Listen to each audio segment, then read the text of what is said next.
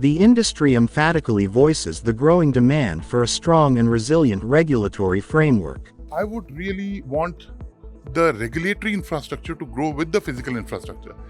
If you have the best of roads, if you have the best of railway connectivity, if you have under Gati Shakti, there has been a lot of development that is happening, and you'll soon have a lot of multimodal logistics parks. If your regulation do not complement them, you are wasting such expensive and such high capital, projects. You'll be wasting that investment. So my ask to the government and to the regulators will be, please synchronize your, regulatory infrastructure with the physical infrastructure to promote ease of doing business. It should not just be a slogan. It should be actually practical, and it should be on the ground. In terms of what we are doing currently.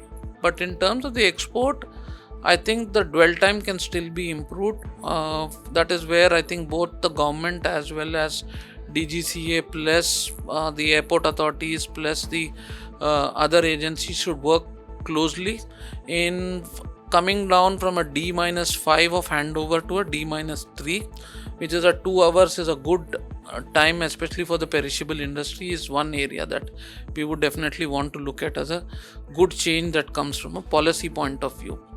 The other area that we've always asked even in the past is that the GST component, which I think the Ministry of Finance and should really look at it and not shy away from telling that, look, 18% is a lot of money.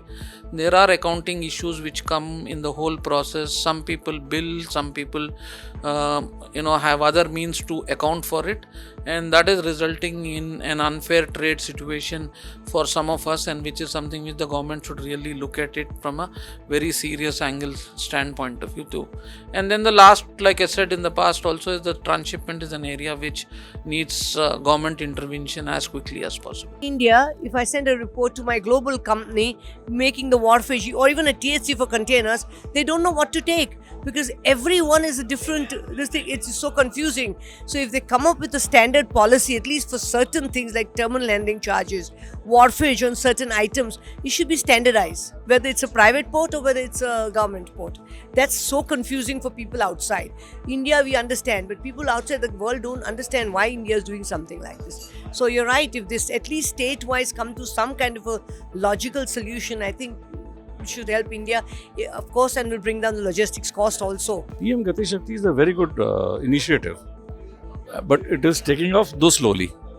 It has not yet fully realized its potential.